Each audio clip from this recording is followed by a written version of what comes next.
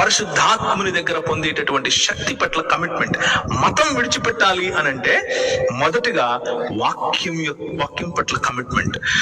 మతం నుంచి బయటపడాలి అని అంటే రెండవదిగా పరిశుద్ధాత్మునికి కమిట్మెంట్.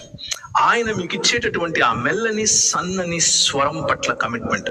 ఈరోజు 2025వ సంవత్సరం మొట్టమొదటి దినాన నేను ఈ కమిట్మెంట్ చేసుకుంటున్నాను, మిమ్మల్ని ఆహ్వానిస్తున్నాను. పరిశుద్ధాత్మకు కమిట్మెంట్ ఇవ్వండి. పరిశుద్ధాత్ముని యొక్క అనుభవానికి కమిట్మెంట్ ఇవ్వండి. ఈ అనుభవం దుకాణం పెట్టదు. నీకు కొడుకు పుడతాడా, కూతురు పుడుతుందా, నువ్వు ఎర్ర చీర కట్టుకుంటావా, తెల్ల చీర కట్టుకుంటావా, రేపు మీ ఇంట్లో టెంకాయ వండుతావా, వంకాయ వండుతావా, ఇవి చెప్పటం కోసం కాదు పరిశుద్ధాత్ముని యొక్క పని.